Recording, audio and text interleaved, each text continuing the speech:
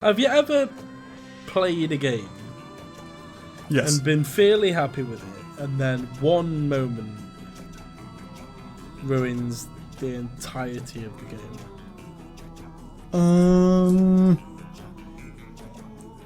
I don't think I can recall that happening with a single moment. Yeah, Mike Nelson was Tommyknot. Because I think it was Day 9 he was talking about something John called Heater was what? Day 9 was talking about something called the peak principle, I think it was called. Okay. Where the highest point of a game, and you take the lowest point of the game, and whichever's stronger is your feeling about the entirety of the game, essentially. Yeah, I can see that. Because I'm gonna be honest, I'm kind of angry. Yeah. It's not, I mean, like, the backtracking thing's annoying, but the glass dish thing is a bug. It's not just that, there are a few bugs in this game. There absolutely were. This game was... And they pushed release back, like, a couple times. Because they weren't ready to launch. I think they should have pushed it back even more. I had to go on a walkthrough to see that it was bugged. Yep. And I say that with absolutely zero shame. Because this game was being an absolute asshat. It didn't have... It wasn't as immersive as I remember Neverhood being. Like, Neverhood felt like a kind of cool world, and this just felt like... just bland. I don't know. And it's very bland. And there it was a lot of very character empty. or personality to it. And it was very so what? empty. Empty. Yes, empty. Yeah, that's a good word. There was just no one in it. I mean, the dialogue was pretty good. Well, it wasn't very extensive, but what there was was quite good, and it sounded good. Like I said a few times, I like the way it sounds. Like it was from like claymation's quite an old thing in it, so it actually sounds like it came from an age where claymation was still like the thing. So and the voices sound kind of like muffled and stuff, which I actually kind of liked. The visuals were pretty good, but from what it looked like watching you, the like responsiveness wasn't very good.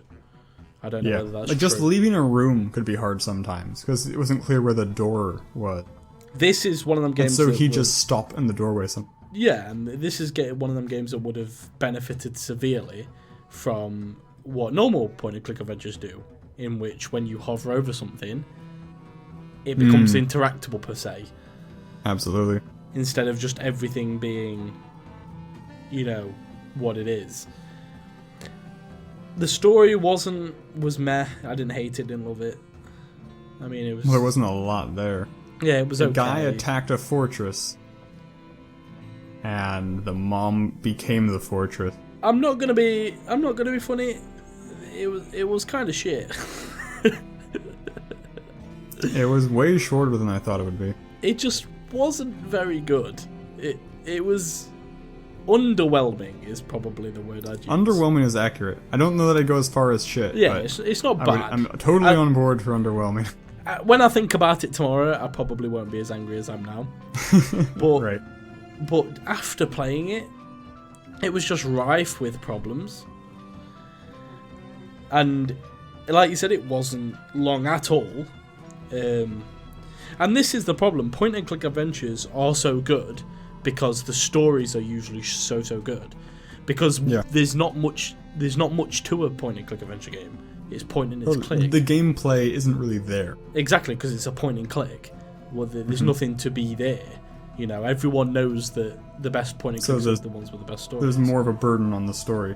Yeah, but this is just... There was no story, so... there was, but for all intents and purposes. Have you played, what was it, Tex Murphy? Which Tex Murphy is? I've played a couple of the Tex Murphy games. I don't remember. It had a really good story, but it was ruined for me, not completely, but largely because there were at least a couple instances where I wasn't clicking on the small pixel box I needed to pick up the clue to solve the thing. Okay. But let's take another game like The Walking Dead or Wolf Among Us, for example. Okay. The gameplay in those games obviously aren't even less than a point and click. Yeah, there's no gameplay in that game. But where those two games, flourish excel, and where they do so well is in the story. The storytelling is so good. You care about the characters and you're invested emotionally. It's the same with Monkey Island, Grim Fandango. All of the best adventure games that have the best stories because that's all they have to go. This is one of the first times I've seen a game thank their Kickstarters without listing all of them. Oh. Maybe there were too many? Yeah, could be. Okay, that was Armikrog. So, next time... I just feel tired right now. Yeah, next time I think I want to play a game that I know is good. I think I want to play something like Monkey Island 3. Well, you're playing the next game, so you pick the next game. I'll play Monkey Island 3 because you've never played Monkey Island, have you? Correct. So, and that's probably a good one to start with. And it's been long enough that I don't know all of the puzzles and shit. Cool. But, yeah, I don't know. I'm just kind of really a bit upset about that. I'm disappointed. This is what I get for having high expectations. Or having expectations. And nostalgia. Yep. I mean, we were saying it on the podcast the other day. We were really excited to play this. Yeah. And to be honest with you, I really didn't expect it to be finished in one sitting. Me neither. No, I expected to do like an 8-hour game. How long do we play this for? Let me quit and see what Steam says. 3 hours, 14 minutes on Audacity. Holy crap. 3 hours, 14 minutes on Audacity. Holy crap. And I'd say about half an hour to 45 minutes of that was us trying to fix bugs. Yeah. Yeah, it's a fair assessment. So it's about 2.5 hours. How much did you pay for this game? I pre-ordered it, so I think it was like $12-ish. That's bad. Which is a lot. That's bad, yeah. Usually for I 3 say hours, that's bad. Yeah, usually I say $1 an hour or £1 an hour. Okay. So if I'm ordering, I don't say that. No, because you play indie games mostly, don't you? Yeah. It's a bit different for those kind of games. But for AAA games, this is still bad. Even for indie, this is not good. Yeah. I'm really upset about that, to be completely honest with you. I really was hoping for more. The story was just not there for me. Or just there at all. Yeah. Why couldn't they make, would it have ruined the game if we'd been able to listen to the tentacle elevators, the octavators from the beginning? Make those clues obvious for us. It adds some heightening intention to it, maybe. So this is the way that they did it. They made it so the first time through you listen to it in an alien language. So this does a few things. The first thing is it guarantees you have to backtrack. There is no other way around it. Unless you want to use a walkthrough, there is no other way of finishing this game without backtracking, which is lazy design, to be honest with you. 2, it also means that, people like me skip those kind of things because we don't. There's no telling them. I don't. I'd point that out. I'm saying this is situational. I mean, I probably would. I would have skipped that, all of them. Mm-hmm. Because the story was already kind of lackluster, and just pictures in an alien language isn't going to change that. So not those pictures. I mean, and half of those pictures are abstract symbols anyway. Yeah, so they just or alien language symbols. They weren't even I was hoping it'd be pictograms, or some sort of Egyptian picture story of what happened, but it wasn't. It just ended up being Like, how can a game guarantee backtracking? That is unbelievable. That is such shoddy design. I mean, who thought that was a good idea? Who seriously sat in the boardroom or whatever, whoever made this game, and said, you know what, let's make them backtrack the entire map at the end of the game. Now, what was the deal? Like, yeah, there were a lot of red herring symbols too. And that green button. Yeah. And I don't even know how we were supposed to solve that giant puzzle. Which giant puzzle? Where you make the picture of the giant and launch the egg. We just did that by dumb luck. Oh, yeah. Because I thought it'd, cause a chain reaction. Yeah. It didn't. It just kind of... And there was like 4 robots there. So we could have... Maybe... Did they expect you to just make all of them? Maybe. They have like 6 parts each. And they're so subtly different sometimes. And it wasn't until we got to that last platform that it was on the platform. Do you know the carts? When you got to the last platform where you had to make the Vognaut's the angry portrait. guy? Yeah. Yeah, underneath it showed the robot that we had to make, didn't it? Right. And that was like after. That should have been on the previous one. Yeah. The departing platform. I mean, why was that even there? Yeah. At that point. And yeah. That puzzle with the words wasn't really, No. It wasn't obvious enough. It just kind of... I mean, I think that game developers going into a game like this need to decide one of 2 things. They're either going to make the puzzles really concise and have no hint system, or they're going to have to make the story and stuff and all that really obscure, but put a hint system in. They're the only 2 choices you have. A game like Monkey Island doesn't need a hint system because it's very linear, or not linear, but you kind of know where you need to go.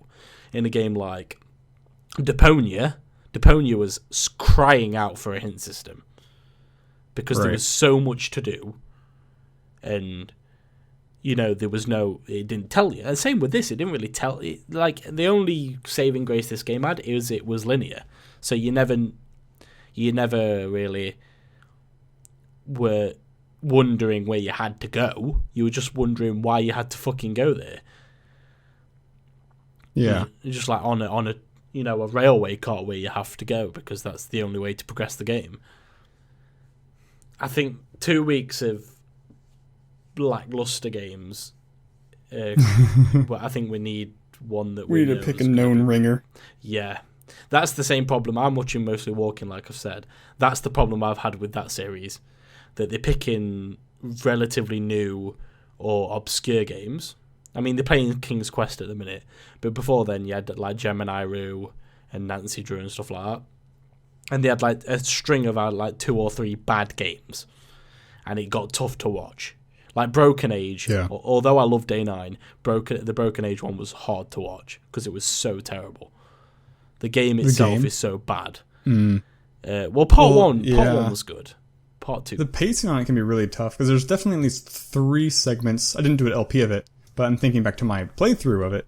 There's definitely at least 3 segments where I probably spend a good 30 minutes or so just wandering, trying to figure stuff out. And that makes for not entertaining content if it's streamed. Well, the thing that annoyed me about Broken Age, above all else, I could forgive most things, but at the end of the game when you're on the 2 separate ships, you had to use Vela to inform the other main character without any visual link.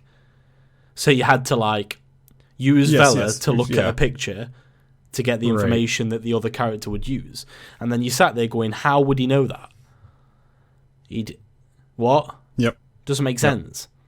Well, I mean, it's the same thing kind of just happened in the game we just finished playing, where you send Beak in and you see the evil picture, and then he comes back out. It doesn't say anything, and then you have to make that picture. I never thought about that. But at least in that situation, Beak could have told him. Yes. Or because he didn't. Maybe that's just poor programming or whatever. Sure. Maybe it should have gone whisper, whisper, whisper. Right. I know what you gotta do. Yeah. Yeah. Or have Beak do it. Right. Have Beak Beak do the puzzle instead. Beak Beak is a little underutilized. He's mainly just used as a weight. And didn't you say that you could pick up items? Didn't you say you could like upgrade him? Wasn't that one of the? Well, the wings thing was used like once. Yeah, but where did you read that you could upgrade him? I don't think I said that. Yeah, I think you did at the start of the game. Okay. You were able to upgrade Beak Beak. Oh, I think I said that because the cutscene when he does give him wings. Oh, okay. So I was gonna say if that was the insinuation, well, it obviously didn't pan out that way. It was just It was kind of like, did you ever play, what was the Star Fox game for the GameCube with the dinosaur? Oh, God. Star Fox Adventures. Beak, he was kind of like that Triceratops baby that follows you around. And Before I'm dead? Yeah, something like that. I hated that game. Nobody likes that game. Yeah, true. No, I didn't like that game. Armikrog. I was so looking forward to it. Would not play again. No. Would not recommend to fans of point-and-click adventures. Might as well. It's only 2 hours long. Won't take much out of your fucking time. If you have it for sale, if you can get it for a couple bucks, maybe. If you're a big fan of claymation, check it out. Yeah, the cutscenes were pretty cool, although there was only like 3 of them. Actually, I believe. Maybe I'm wrong. Let me look at Steam. For some reason, I think the Armikrog team worked on a Tex Murphy game. It's got mixed reviews right now. Ooh. 55% of users give it positive. And that's on Steam, where everyone gets a good fucking review.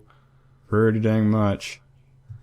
Let's see. Pen developer is Pencil Test Studios. Maybe not them. No, they just did Armikrog, and that's it.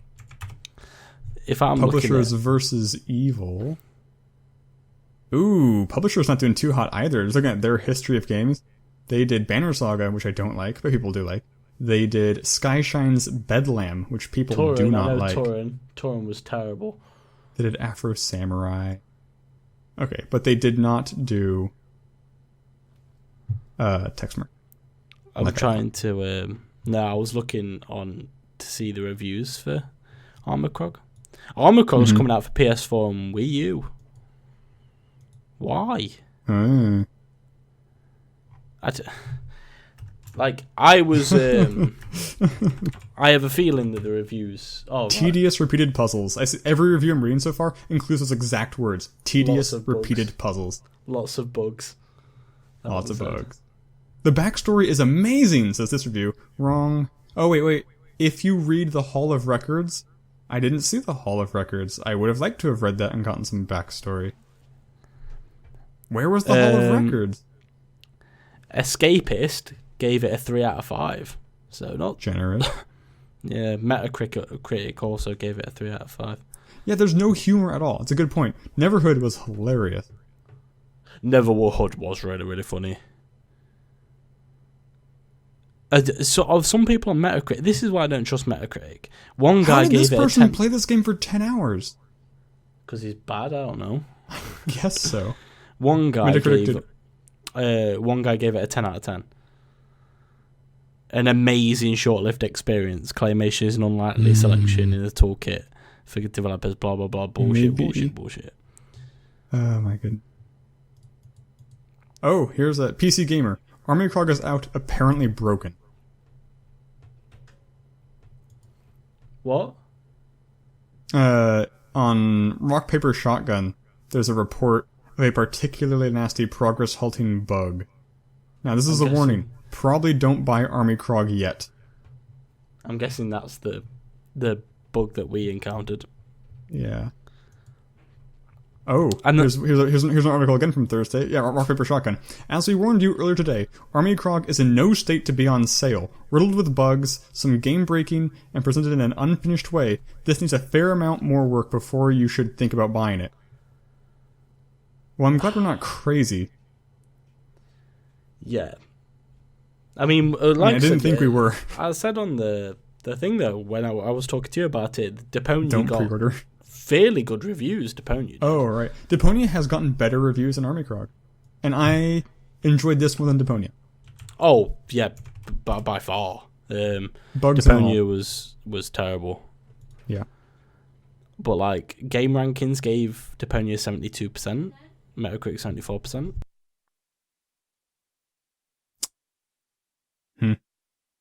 I think one thing that's interesting about this game, it does something that I've never really seen. Like, it's pretty much a staple of a point-and-click adventure game where you have to use items in your inventory, frequently combining them. This doesn't even let you look at your inventory, you know? This is all just clicking on environment variables. Now, I thought at the start that'd make it better. Yes, yeah, but basically there are no puzzles involving items. It's always just use a lever. They had to replace it with something else, and they didn't. They sort of replaced it with, like, sliding tile puzzles. Yeah, but some games have both. Most games have both. That's true. I mean, if you're going to take away a core aspect of a point-and-click, of a genre, essentially, which is what... Yeah. That is, as sad as it is, because no one likes combining everything with everything, but it's a core mechanic of point-and-click adventures, always has been. If you're going to take that out, you have to replace it with something else. And they didn't. So it just made it pedestrian and easy. That game wasn't hard. It was only hard because of the bugs. Yes. For the most part, the game was... I mean, some of the puzzles were kind of clever, but none of them took us more than 3 or 4 minutes to figure out. I like the one with the statues. Yes, exactly. That one was really good. Yeah, actually, all the others were like sliding block puzzles, weren't they? I didn't really like this one, but it was kind of cool. The one where we had like the different faces in the cannon. We had to click them to make them move around to make the line appear. Remember the dark lines and the light lines? And we had the cannon shooting out the dark line. Oh, yeah. That was okay. Unique. That was okay. Yeah, it was okay. It was unique as its main... I think the astronaut one was the only one that I really liked. It was solid. Because it made total sense. These are the colours that need to be lit up. Mix these colours to make these colours. You know what was the dumbest puzzle? Maybe not the dumbest, but one of my least favorite ones was because it has all the bad things about it. Was the thing to make the baby shut up. It was repetitive. Yeah. It wasn't really a puzzle. Like it took way too long. A waste of time. It took way too long, and it was the same every time, which made it even less. It wasn't a puzzle, and it was repetitive. I guess you could say that about this game. The last game. puzzle was obviously very annoying. Not even for the bug. "Quote unquote" puzzle. Oh yeah, that part. Right. Yeah. Just because you had to backtrack. I'm never gonna forgive them for that. It's such lazy game design. It really highlights how short the game is too. If I backed this on Kickstarter, I'd be fairly angry. Yes, I did not back it. I probably would have backed it if I'd heard about it. I think I'd be fairly angry if I backed this game. At least if I backed it with any amount of substantial money. Sure. Any more than $10. If you paid $10 or more to back this, I think you got ripped off.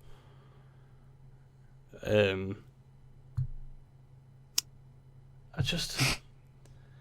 don't think there's much else to say about it. I mean, when we stopped, I really wanted to say some nice things about this game, but when you actually think about it, there's not a lot of good in it. No.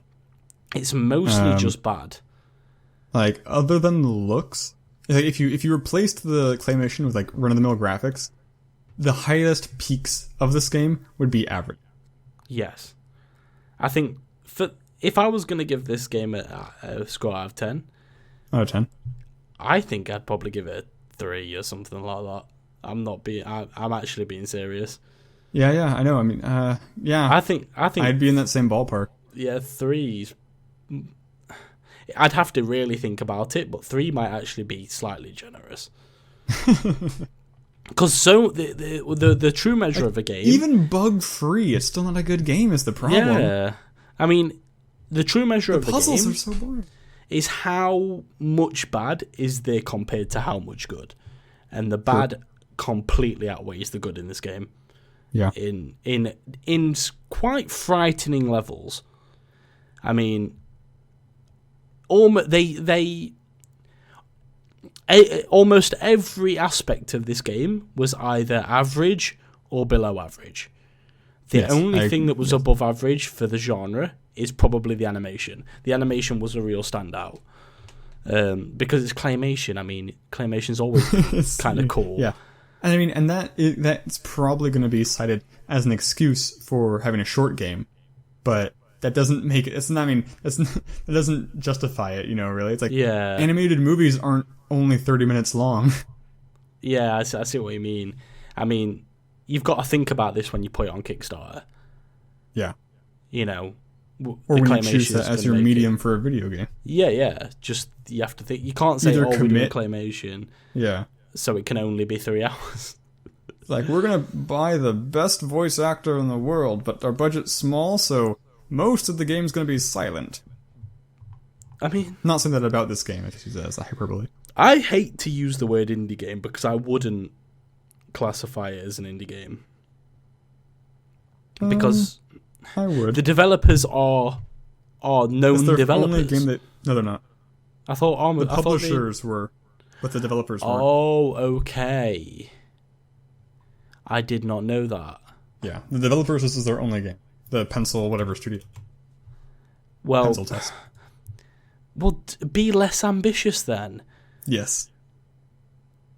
I mean, yeah, Pencil Test Studios don't even have a wiki page.